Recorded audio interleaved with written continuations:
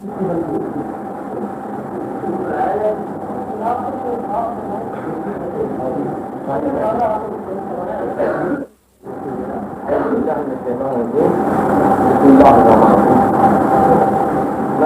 کرتا ہوں کسی مناظرے میں ملک کے فرائض انجام دینے کے لیے میرا نام جو منتخب کیا گیا، میں اس لحاظ سے تو اس کو اپنے لیے باعث رحمت سمجھتا ہوں کہ جہاں بہن نے اس پر اعتماد کیا، لیکن میں اس کو بہت بڑی آزمائش سمجھتا ہوں، اور اسی لیے اللہ تعالیٰ سے میں نے ہمیشہ دعائی کی ہے جب سے مسئلہ میرے سامنے آیا ہے کہ اللہ تعالیٰ مجھے توفیق عطا فرما کہ میرے کسی گوشہ خیال میں کوئی تعصب، کوئی پاسداری، کوئی طرفداری یا اس قسم کا خیال نہ آنے پائے، اور تو مجھے توفیق عطا فرما اور مجھے ہدایت عطا فرما کہ میں صحیح فیصلے کا اعلان کر سکوں، اور اپنے ذہن اور ضمیر کی روشنی میں جو کچھ میں محسوس کرتا ہوں صفائی قلب کے ساتھ اور اللہ کے سامنے اپنے آپ کو جواب دہ ہونے کو تصور کرنے کے ساتھ ساتھ میں وہ فیصلہ اس کے اللہ تعالیٰ کو ثابت فرماؤں. یہ میں نے گزارش کی ہے. ویسے میں اپنا ذاتی خیال مختصر عرض کر دیتا ہوں. ملت اسلامیہ، قرآن اور سنت تمام چیزوں کا اگر باللباس نکالا جائے تو ہمیں اتحاد اور فکر کا اتحاد اور عمل کا اتحاد اسلام نے سکھایا. انتشار اور اختلاف ہمارا مسئلہ اور سیوا نہیں، لیکن ہماری کم غلطی کی وجہ سے ہم لوگوں کی، ہم انسان ہیں، کبھی کبھی ایسی صورت حال پیدا ہو جاتی ہے کہ کچھ غلط فہمیاں، کچھ غلط فہمی جانبین میں، کچھ غلط فہمی بعض افراد میں ایسی ہوتی ہے کہ وہ ایک ایسا دعویٰ یا ایسا پروپوزیشن پیش کر دیتے ہیں کہ جو متنازع ہی ہو جاتا ہے. لہٰذا اللہ تعالیٰ ہمیں اگر ہم سے یہ خلوصیت کے ساتھ ہوا ہے تو ہمارے کوتاہی کو معاف کروا دے، اور اگر ہم نے اس کو خطاب خلافت کے لیے پیدا کیا ہے اپنے ذہنوں میں تو اللہ تعالیٰ ہمیں معاف کرے اور اللہ تعالیٰ ہمیں توفیق عطا فرمائے کہ ہم اپنی غلطیوں کا پھر اس سے اعتراف کریں. اس معاملے میں جو آج مناظرہ ہے، حضرات گرامی بڑے بڑے علماء یہاں موجود ہیں. میں ایک بحث کے ٹیچر ساری زندگی گزاری ہے، کوئی دینی علم کا میرے پاس اتنا بڑا ذخیرہ نہیں ہے، نہ مجھے اتنی معلومات ہے جتنی آپ حضرات کو معلوم ہوں گی، لیکن میں ایک انالیٹک تجزیہ کی کیفیت کو اپنے سامنے رکھوں گا، استدلال آپ سے دیکھ لوں گا اور سمجھوں گا. شرائط آپ حضرات کے سامنے طے ہو چکے ہیں، وہ میرے سامنے موجود ہوں گی، اور اس کے مطابق ہم تمام حضرات مل کر فیصلہ کریں گے. اور انشاءاللہ تعالیٰ آپ اس بات کا یقین رکھیے کہ ہمیں یہ فیصلہ آپ کے روبرو اور آپ کے روبرو سنانا تو ظاہری طور پر ہے، حقیقت میں ہم یہ فیصلہ اللہ تعالیٰ کے سامنے پیش کر رہے ہیں، اور جو دلوں کے باریک سے باریک خیال کی لہر کو بھی سمجھتا ہے، لطیف الخبیر ہے، لطیف الخبیر ہے. خبر کی جو انسانی ذہن میں نہیں آ سکتی، اللہ تعالیٰ کے علم میں ہے اور اس کے دائرے احاطے میں ہے، علم کے احاطے میں ہے، لہٰذا ہم اس سے کہیں فرار نہیں کر سکتے. اس کے بعد میں سمجھتا ہوں کہ جو شرائط حضرات میں طے ہوئی ہیں ان شرائط کی پابندی کی جائے گی، اور نہایت سی خلوص کی علمی اور ادبی تحقیق ہوگی، یہاں پر گفتگو ہوگی، اور کوئی ایسی بات نہیں ہوگی جس میں بلاداری کا تعلق نکلے. اگر ایسی بات ہماری ذہن میں آتی ہے کسی میرے نزدیک، میں آپ کو اس بات اپنی راجنی کی اور ظاہر رکھوں کہ میں آپ حضرات علماء کرامی سے متعارف نہیں کی، نہ آپ سے نہ آپ سے، لیکن میں جس کو بھی کہوں گا کہ صاحب آپ یہاں پر خاموش رہیے یا اس چیز کو ڈراپ کر دیجیے گا یا اس کو روک دیجیے گا، یہ استدلال سے باہر ہے، قرون جنرل محمد میں کوئی ہو رہا ہے میرے نزدیک تو میں اس کا اظہار کر دوں گا، میرا اس میں محسوس نہ فرمائیے. کوئی اور بات کہنے کی اور کوئی بات کہنے میں موجودہ مسئلوں کی علماء دیوبند کی طرف سے میں اس مناظرے کی طرح عدالت کے فرائض کے سے پہلے میں آغاز کرنے سے پہلے شرائط ایک دفعہ پڑھ کر سناتا ہوں تاکہ فریقین ان شرائط کو سن لیں، اور تین حضرات کے سامنے بھی شرائط موجود ہیں. صدر مناظرہ کا صرف اتنا ہی کام ہوتا ہے کہ وہ اپنے مناظرین سے شرائط کی پابندی کرائے اور انتظام کو بحال ہو. اگر فریق مخالف کا مناظر شرائط کی خلاف ورزی کر رہا ہو تو وہ اسے نشاندہی کرے گا اور منصفین حضرات اس کے مطابق اس کو ہدایت کریں گے. بسم اللہ الرحمن الرحیم. آج مورتا 6/8/89 کا وقت 12 تک شب کا مقام خالصہ چشتی واقعہ محلہ کتنے والا جنگ صدر مابین فریقین جب ظاہر امور برائے مناظرہ طے ہوئے. موضوع مناظرہ دیوبندی مناظر یہ ثابت کرے گا کہ علماء بریلی کی عبارات جو ان کی کتب معتبرہ میں موجود ہیں گستاخی اور توہین انبیاء پر مبنی ہیں، جبکہ بریلوی مناظر یہ ثابت کرے گا کہ علماء دیوبند کی عبارات جو ان کی کتب معتبرہ میں موجود ہیں گستاخی اور توہین انبیاء پر مبنی ہیں. طریقہ کار مناظرہ کل وقت 8 گھنٹے ہوگا جس میں 2 گھنٹے کا وقفہ ہوگا. یہ وقفہ پہلے 4 گھنٹے کے بعد ہوگا. طریقہ کار یہ ہوگا کہ دیوبندی مناظر اپنی گفتگو سے مناظرے کا آغاز کرے گا اور پہلے 10 منٹ میں دیوبندی مناظر موضوع مناظرہ کے مطابق اپنے موقف کو بیان کرے گا اور اگلے 10 منٹ میں بریلوی مناظر اس کی رد کرے گا اور ان عبارات کی صفائی دے گا. یہ ترتیب اسی طرح 1 گھنٹہ تک جاری رہے گا. دوسرے گھنٹے میں بریلوی مناظر دیوبندی کتب کی عبارات پیش کرے گا اور اپنا موقف موضوع مناظرہ کے مطابق ثابت کرے گا، جبکہ دیوبندی مناظر ان عبارات کو رد کرے گا اور ان کی صفائی پیش کرے گا. یہ سلسلہ بھی 10 منٹ کی ترتیب کے مطابق 1 گھنٹہ جاری رہے گا. یہ ترتیب فقایا اور مناظرہ میں بھی اسی طرح جاری رہے گا. نمبر 3 ہاتھوں فریقین کے صدر مناظرہ کو دوران مناظرہ نظم و نسق خراب کرنے والے شخص کو باہر نکال دینے کا حق ہوگا. نمبر 4 اگر ایک مناظر کی گفتگو کے دوران دوسرا مناظر دخل اندازی کرے گا تو منصفین مناظرہ اسے 1 مرتبہ تنبیہ کریں گے. اگر وہ اس کے باوجود باز نہ آئے تو منصفین اس کی شکست کا اعلان کر دیں. یہ نہایت اہم شک ہے اس کے اندر کہ کوئی مناظر جب اپنا بیان کر رہا ہے اس وقت دوسرے مناظر کو بولنے کی اجازت ہے. اگر وہ دخل اندازی کرے 1 بار تنبیہ کے بعد وہ اس کی شکست کا اعلان کرے. مقام مناظرہ جو یہاں مفہوم ہے وہ تبدیل ہو کر انتظامیہ کے حکم کے مطابق وہ آپ کا یہ ریسٹ آؤٹ ہو گیا. وقت مناظرہ و تاریخ مناظرہ متذکرہ ووٹ کا 27 مناسب اور صبح وقت 8 بجے تبدیل ہو جائے. وقت شروع کا اب جو ابھی ہوگا اس سے شروع ہو جائے گا. وقت کیونکہ انتظامی امور کی وجہ سے تعطیل ہوگی.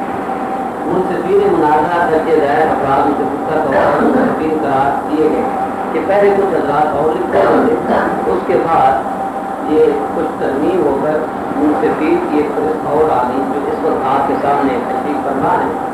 میں بھی واقف نہیں ہوں حضرات سے. بہرحال متفقہ فریقین نے ان 3 حضرات کو منصف مقرر کیا ہے اور صدر منصفین حضرات کے جو ہیں انہوں نے اپنا بیان میں کروا دیا. صدر مناظرہ جو بندی مقرر فکر کی طرف سے منظورہ مسیحی اور بریلوی مقرر فکر کی جانب سے مولانا محمد اختر رشید صاحب بھی ہو گئے. ہاتھوں فریقین کے صدر مناظرہ حسب ضرورت اپنے مناظر کو مشورہ دے سکیں. تعداد معاملین مناظرہ ہاتھوں فریقین کو 4 تک رکھنے کی اجازت ہوگی. وہ 4 موجود ہیں. ہاتھوں فریقین کے صدر مناظرہ مخالف فریق کے مناظر کی عبارت یا ترجمہ کی غلطی کی نشاندہی کرنے کے مجال ہوگی.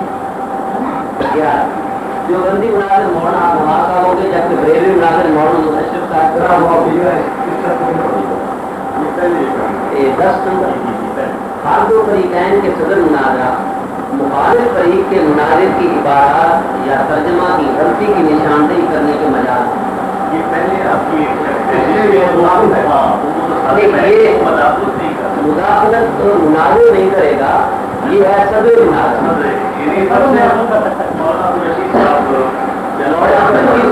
اگر آپ عبارت کی ترجمے کی غلطی ہے تو وہ نشاندہی کر سکتے ہیں. مناظر اگر ایک بیان کر رہا ہے دوسرا مناظر دخل اندازی نہیں کرے اس کے وارننگ اس کے معاملے اگر جو لکھا ہوا ہے لیکن ہونا چاہیے. جو بندی مناظر مولانا نواز صاحب ہوں گے جبکہ بریلوی مناظر مولانا مشرف صاحب صاحب ہوں گے. تعداد سامی اس میں بھی انتظامیہ کے اس کے مطابق فیصلے کی کمی کر دی گئی. 50 پہلے کے بعد 20 کو 20 ہو گئے. ہر مناظر منصفین کے فیصلہ کے مطابق بصورت شکست اپنی شکست کا اعلان نماز جمعہ میں کرے گا. جیسے فیصلہ دیں گے اس فیصلے کے مطابق. نمبر 14 ہر 2 فریقین کے ملازمین میں سے جو بھی 13 مترجہ والا شرائط میں سے کسی ایک سے بھی انحراف کرے گا تو درجے ذیل افراد اس کی شکست کا برملا اعلان کریں گے اور اگر چاہیں تو اسے تحریری صورت میں شائع کیا جا سکے گا. شیخ محمد فاروق ایڈوکیٹ حاجی اللہ وسائل صاحب صدر انتظامیہ، یہ نظامی ایڈوکیٹ ملک محمد اقبال صاحب سیکرٹری، دوسری طرف سے محمد قابل قاضی ایڈوکیٹ، شیخ محمد وارث صاحب صدر انتظامی اور مولانا محمد طیب صاحب قادری منظور اختر صاحب، یہ شرائط ہے اور اس کے مطابق اب مناظرہ شروع ہوگا۔ حقیقت تو یہ ہے کہ یہ ایک طرز سا موضوع ہے، دونوں ہی فریق اس بات پر متفق ہیں کہ حضور کی گستاخی سند ایمان اور کفر کا موجب ہے۔ ایک دوسرے کا الزام یہ ہے، وہ کہتے ہیں ان کی طرف سے گستاخی درکار ہوئی، دوسرے کہتے ہیں ان کی طرف سے، اور یہ ناخوشگوار سا ایک فریضہ ہے۔ لیکن اس کا ایک پہلو یہ بھی ہے کہ اگر دونوں فریق میں سے کسی ایک کی کو غلط فہمی ہے وہ دور ہو جائے اور دونوں اپنے اس دعوے میں کہ ہم حضور سے محبت رکھتے ہیں اور حضور کی گستاخی کو ہم کفر اور خروج عن الاسلام سمجھتے ہیں، تو ممکن ہے کہ وہ غلط فہمی دور ہو کر آپس کے اندر اتفاق اور اتحاد، جس کی اس وقت ملک کے اندر اشد ترین ضرورت ہے۔ ملک کے موجودہ حالات دراصل ایسے مناظروں کے ابھی متعدد نہ تھے، لیکن یہ ایک مجبوری ہے، اور سمجھیے کہ بہرحال ہمارے ضلع کے اندر یہ ایک تلخ سا موضوع شروع ہوا۔ اللہ کرے کہ یہ خوشخبری کے ساتھ طے پا جائے۔ میں اب اپنے مناظر مولانا جی دوران مناظرہ اگر کوئی مناظر کوئی ایسی زبان یا اصول وغیرہ اختیار کرتا ہے کہ جو دوسرے کے لیے باعث دل آزاری ہوتا ہے یا آہان تعمیر ہوتا ہے، تو کیا وہ دل کو اس کا اختیار ہے کہ ان کو خاموش کرتے ہیں؟ یہ تو آگے اس کو بتا تھا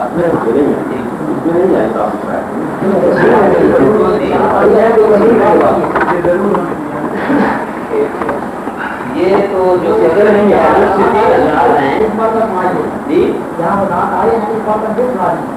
یہ تھا شروع میرے خیال میں اگر ایک ہاں تو بھی کہیں کہ صدر مناظرہ کو دوران مناظرہ سراغ کرنے والے شخص کو باہر نکال دینے کا حق ہوگا۔ اگر ایک مناظر کی گفتگو کے دوران دوسرا مناظر دخل اندازی کرے گا تو منصفین مناظرہ اسے ایک مرتبہ تبدیل کریں گے، اگر اس کے باوجود باہر ہے تو منصفین اس کی شخص کا اعلان کر دیں گے۔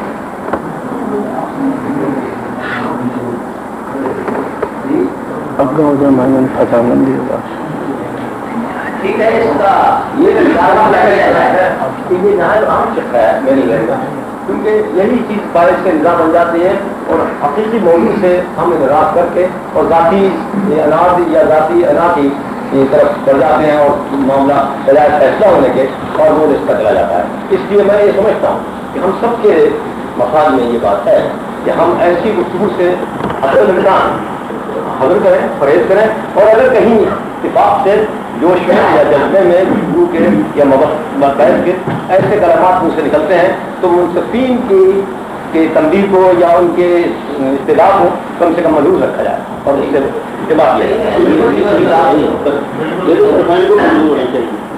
منظور ہے کہ کلامی بھی نہ ہو اور دوسرے اکادرین پر صوفیانہ الفاظ بھی استعمال نہ کیے جائیں اور تاکہ دل آزاری کا جو دلائل پیش کیے جائیں گے، وہ عبارات پیش کی جائیں گی، ان پر دلائل کی قوت جتنی ہو وہ کر سکتی ہے، لیکن الفاظ میں ان کو ایسے الفاظ کے ساتھ جس سے دوسرے فریق کی دل آزاری ہو وہ استعمال نہ کیا جائے۔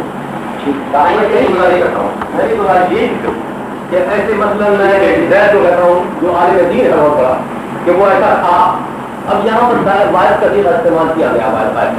میں سمجھتا ہوں کہ یہاں پر اگر ہم کسی شخص کے لیے آپ وہ اچھا ہو یا برا ہو، ہم اگر اس کے لیے عزت کا جمع کا طریقہ استعمال کر لیتے ہیں تو اس میں کوئی حد نہیں ہے، بات نہیں۔ اگر آپ لوگوں کا اس سے اتفاق تو فرمان نہیں آپ انداز کے پاس گڑی ہو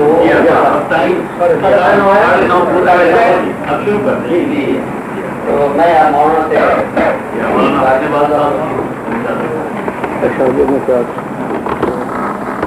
اس میں شرائط میں نہیں ہے۔ اگر آپ کا ویسے طے شدہ ہے کہ منصفین حضرات سے کہتے ہیں کہ حلف ہوگا غیر جانبداری کا، اس پر بھی کوئی اگر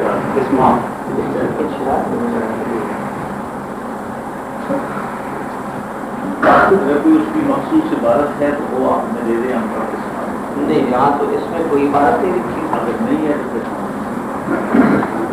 ہمیں لکھتے وقت وہ ان کو منصوبی قرار دیا گیا ہے، اب حلف لینے کی کیا ضرورت ہے؟ اگر آپ طرف لے جائے وہ الگ ہی ہے. جب ہم نے طے کر لیا تو وہ ہمارے منصب ہوں گے اور وہ الگ لینے کا معاملہ نہیں ہے. شرائط میں نہیں ہے, پہلے شرائط میں نہیں ہے. ایسے مقرر کریں اگر کرتے ہیں کریں ہم اس کو اعتراض اگر یہ شک شامل کرنی ہے کریں ہم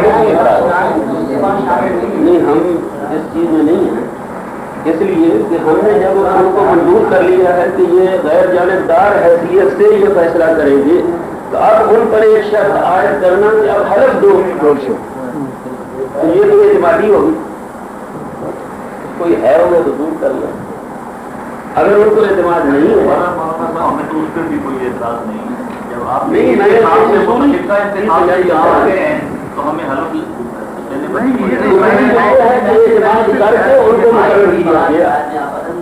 حضرات میں نے تو پہلے ہی عرض کر دیا کہ مجھے یہ فیصلہ اللہ تعالیٰ کے سامنے دینا انہیں تو میں یہ بیان کر رہا ہوں کہ دونوں ساتھیوں کی طرف سے بھی کہ ہم جو کچھ بھی فیصلے کریں گے وہ یہ دیکھتے ہوئے کریں گے کہ ہمیں حق اور ناحق اللہ تعالیٰ توفیق عطا فرمائے منہ سے ادا کرنے کی قلم سے لکھنے کی. ہمیں کسی جانب کوئی کسی قسم کی طرفداری تعصب یا وہ نہیں.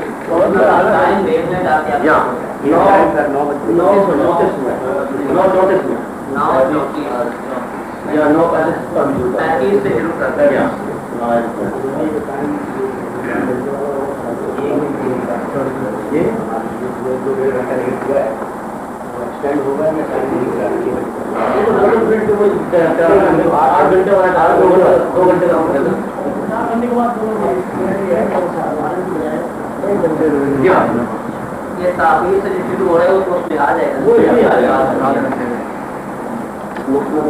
صلی علی رسول الکریم اما بعد. اللهم صل على سيدنا ومولانا محمد وعلى آل سيدنا ومولانا محمد وبارك وسلم عليه. أعوذ بالله من الشيطان الرجيم. بسم الله الرحمن الرحيم. يا أيها الذين آمنوا لا ترفعوا أصواتكم فوق صوت النبي ولا تجهروا له بالقول كجهر بعضكم لبعض أن تحبط أعمالكم وأنتم لا تشعرون. صدق الله وصدق رسوله. قابل صدر کرام, جج صاحبان اور صدر اجلاس, دنیا اسلام کا اس بات پر اتفاق ہے کہ اللہ کے کسی بھی سچے پیغمبر کی قبول وہ اس شخص کو جو قبول کرنے والا ہو اس پیغمبر کا ان کی شمار نہیں. اور اسی طرح اس بات پر عالم اسلام کا اتفاق ہے کہ جتنے بھی اللہ رب العالمین کے سچے پیغمبر آئے ان پر ایمان لانا, ان کی عزت, ان کا احترام کرنا یہ ہر مسلمان پر فرض اور واجب ہے. میرے واجب احترام وجود ہے. آج کا یہ اجلاس اور مناسب جس کے شرائط آپ حضرات نے سن لیا, اس میں میرے ذمہ یہ بات لگائی گئی ہے اور میرا یہ دعویٰ ہے کہ علماء بریلوی سرور دو عالم صلی اللہ علیہ وسلم سمیت دیگر بعض انبیاء علیہ السلام کی گستاخی کا اپنی تحریرات میں ارتکاب فرما دیا. چنانچہ اس کے ثبوت کے لیے میں مولانا مفتی احمد خان صاحب گجراتی کی کتاب المعروف جاز پیش کرنا چاہتا ہوں, جس میں وہ ایک اعتراض کا جواب دیتے ہوئے تعریف کرتے ہیں. اعتراض یہ کتاب کا نام جاز, مصنف مولانا مفتی احمد خان صاحب گجراتی. اعتراض یہ ہوا کہ قرآن میں آتا ہے قل انما انا بشر مثلکم, اور آپ حضرات مثلیت کے قائل نہیں, تو اس آیت کا جواب کیا ہو؟ اس اعتراض کا جواب دیتے ہوئے مفتی صاحب جار صاحب صفحہ 175 دوسرا باب بحث مسئلہ بشریت کا اعتراضات کے بیان میں تعریف کرتے ہیں اس آیت میں کفار سے خطاب ہے کیونکہ ہر چیز اپنی غیر جنس سے نفرت کرتی ہے، لہذا فرمایا گیا اے کفار تم مجھ سے گھبراؤ نہیں، میں تمہاری جنس سے ہوں یعنی بس شکاری جانوروں کی سی آواز نکال کر شکار کرتا ہے، اس سے کفار کو اپنی طرف مائل کرنا مقصود ہے۔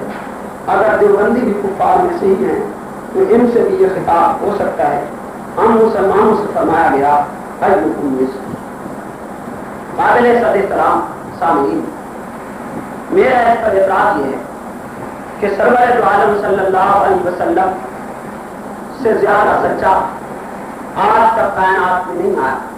سچے اور بھی بہت، انبیاء علیہ السلام سب سچے، لیکن جیسے انبیاء کے درمیان درجات کا فرق ہے، آج سے زیادہ سچا آج تک مانے نہیں چلا۔ اور آج صلی اللہ علیہ وسلم نے پتھر کھائے، تلواروں کے سائے میں آپ نے سچ کہا، ہر وقت آپ کی زبان سچ نکلتا رہا، اور یہی ایک سادے کو مصدوق پیغمبر کی شان اور عزت ہو سکتی ہے۔ مفتی صاحب نے یہاں اس عبارت میں آن صلی اللہ علیہ وسلم معاذ اللہ نقل کفر نہ باتوں میں اجازت کرنا چاہتا ہوں۔ آپ صلی اللہ علیہ وسلم کو اس تعریف میں دھوکے باز ثابت کیا ہے کہ آپ صلی اللہ علیہ وسلم مسلمانوں سے اور الفاظ سے خطاب فرما رہے تھے، کفار کو ان اور الفاظ سے خطاب فرما رہے تھے۔ کفار کو فرماتے تھے تمہاری جن سے ہوں قریب آ جاؤ، مسلمانوں سے کہتے تھے کہ میرے مثل تم میں سے کوئی نہیں۔ پیغمبر کی دو زبانیں بتلائی گئی، معاذ اللہ دوگلی پالیسی بتلائی گئی۔ آپ نے کفار سے کچھ کہا، مسلمانوں سے کچھ کہا، پھر اس میں شکاری جانوروں کی سی آواز نکال کر شکار کرتا ہے۔ یہ مثال اس عبارت کو اور زیادہ امام الانبیاء صلی اللہ علیہ وسلم کی عظمت کے خلاف بنا رہی ہے کہ دنیا جانتی ہے شکاری جب کوئی بٹیرے پکڑنے کے لیے جاتا ہے تو وہ آواز بٹیرے جیسی بناتا ہے، اور ظاہر ہے کہ وہ خود بٹیرا نہیں بلکہ وہ شکار کو دھوکہ دینا چاہتا ہے کہ شکار سمجھے میری جنس ہے، حالانکہ وہ اس کی جنس نہیں ہوتا، اور وہ یہ سمجھ کر کہ مجھے میری جنس آواز دے رہی ہے وہ بھاگ کے آتا ہے، جال میں پھنس جاتا ہے، اس طرح وہ اس کو شکار کر لیتا ہے۔ تو شکاری کی یہاں مثال پیش کر کے وہ یہ بتلایا گیا کہ آپ صلی اللہ علیہ وسلم نے کفار کو ابتداء نہ بتلایا کہ میں کس جنس سے ہوں، یہ نہ بتلایا حقیقت میری کیا ہے، بلکہ انہیں کہا کہ ہوں تمہاری جنس سے۔ واقعہ اس کے خلاف تھا، واقعہ آپ جنس سے بشر سے نہیں تھے، واقعہ آپ انسان اور بشر نہیں تھے۔ کفار کو اپنی طرف مائل کرنے کے لیے کہا، چنانچہ مفتی صاحب فرماتے ہیں اگر جو بندی بھی کفار ہے تو ان سے بھی یہ خطاب ہو سکتا ہے، ہم مسلمانوں سے نہیں ہو سکتا۔ یعنی کفار کے لیے تو آپ نے یہ خطاب کیا، مسلمانوں کے لیے آپ نے یہ خطاب نہیں کیا۔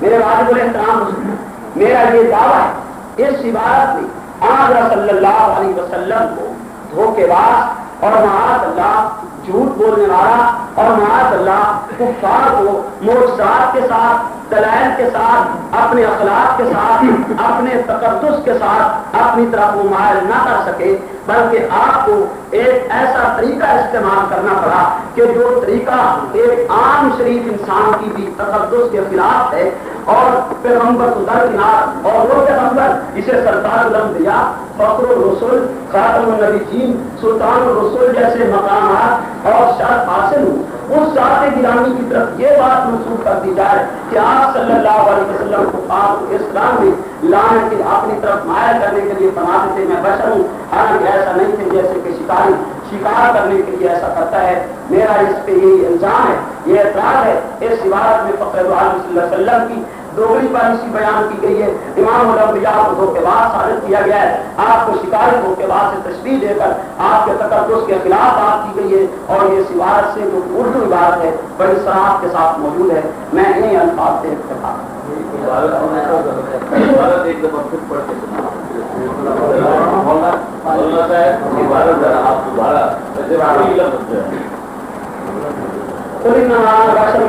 کا جواب دیتے ہوئے مفتی صاحب فرماتے اس آیت میں کفار سے خطاب ہے، کیونکہ ہر چیز اپنی غیر جنس سے نفرت کرتی ہے، لہذا فرمایا گیا کہ اے کفار تم مجھ سے گھبراؤ نہیں، میں تمہاری جنس سے ہوں یعنی رسم۔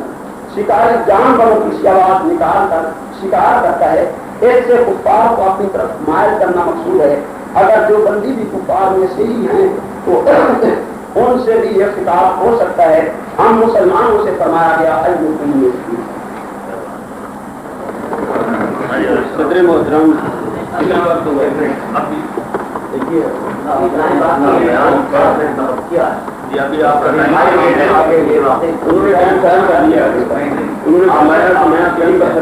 ٹھیک ہے، ٹائم باقی ہے نا جی، ابھی آپ کے وقت 2-3 منٹ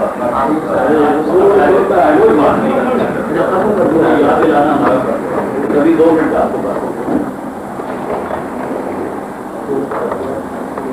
میرا اعتراض دوسرا اسی موضوع کے سلسلہ میں مفتی صاحب ہی پر ہے۔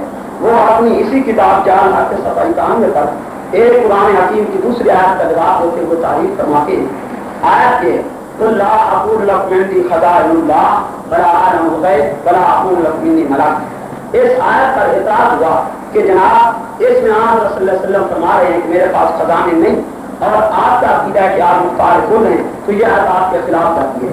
مفتی صاحب جواب میں فرماتے ہیں لکم میں کفار سے خطاب ہے، یعنی آیت کا حروف میں تم سے نہیں کہتا کہ میرے خزانے ہیں، تم چور ہو، چوروں کو خزانے نہیں بتائے جاتے، تم شیطان کی طرح اسرار کی چوری نہ کر لو۔ میرے واجب احترام بزرگوں، اس میں بھی میرا یہی اعتراض ہے کہ آقا صلی اللہ علیہ وسلم کو اپنے خزانے بچانے کے لیے یہ ثابت کیا گیا ہے کہ آپ نے کفار کے سامنے بولا معاذ اللہ خزانے تو تھے لیکن فرما دیا میرے پاس نہیں ہے تاکہ وہ چوری کر کے نہ لے جائے۔ تو میں یہ سمجھتا ہوں کہ پیغمبر کی عصمت کے یہ خلاف ہے کہ وہ خزائن کے لیے ایک خلاف واقع بات کہے۔ مجھے بار بار لفظ جھوٹ استعمال کرتے ہوئے بھی زبان لرزتی ہے، اللہ معاف کرے کہ مجھے مجبوراً ان تعریفوں سے پردہ اٹھانا پڑا۔ میں یہ کہتا ہوں پیغمبر کی عصمت کے یہ قطعاً خلاف ہے کہ امام الانبیاء صلی اللہ علیہ وسلم جیسی ذات گرامی جس نے بڑوں ہوئے تلواروں کے سائے میں کلمہ حق کہا، اسے یہ ثابت کیا جائے کہ انہوں نے اپنے خزانے کے تحفظ کے لیے کفار سے کہا میرے پاس خزانے نہیں تھے تو صحیح، لیکن چوری کے ڈر کی وجہ سے کہہ دیا کہ میرے پاس خزانے نہیں ہے۔ اس عبارت میں بھی آپ صلی اللہ علیہ وسلم کو بیانی پہلی عبارت کی طرح آپ کے تقدس کے خلاف بات کی گئی ہے اور آپ کو جھوٹا ثابت کیا گیا ہے، اور آپ کو کفار کے ساتھ اس قسم کی کارروائیوں میں کہ آپ ان کو دھوکے دے کر اس قسم کی تبدیل کیا کرتے تھے یہ ثابت کیا گیا ہے۔ میں اپنی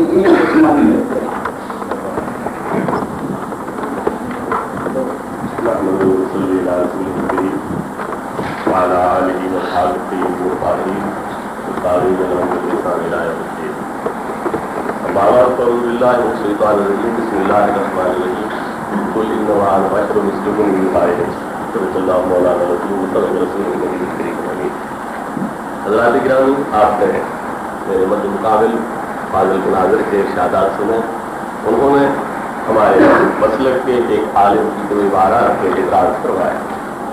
پہلا اعتراض اس آیت کریمہ کے سلسلہ میں باشروں مثلکم کے سلسلہ میں کفار کے ساتھ اس کو خطاب قرار دیتے ہوئے یہ بتلایا ہے کہ میں جنس میں تمہارے ساتھ ہوں، حالانکہ حقیقت یہ ہے کہ حضور اکرم صلی اللہ علیہ وسلم ان سے مختلف تھے اور یہ ٹوٹلی پالیسی ہے۔ میں اپنے فاضل مناظر سے یہ پوچھنا چاہوں گا کہ آیا حضور اکرم صلی اللہ علیہ وسلم کی اس ارشاد کے ساتھ ساتھ قل انما انا بشر مثلکم، آیا یہی ارشاد سرکار عالم صلی اللہ علیہ وسلم کا انی لست کاہد منکم موجود ہے یا نہیں؟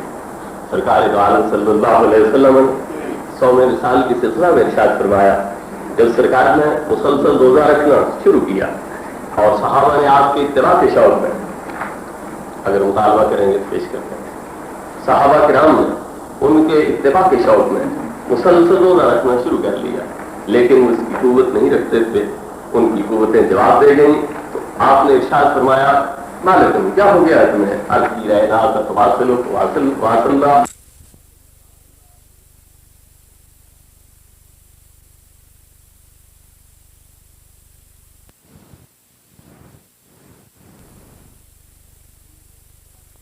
ان کے اتباع کے شوق میں مسلسل روزہ رکھنا شروع کر لیا، لیکن اس کی قوت نہیں رکھتے تھے، ان کی قوتیں جواب دے گئیں تو آپ نے ارشاد فرمایا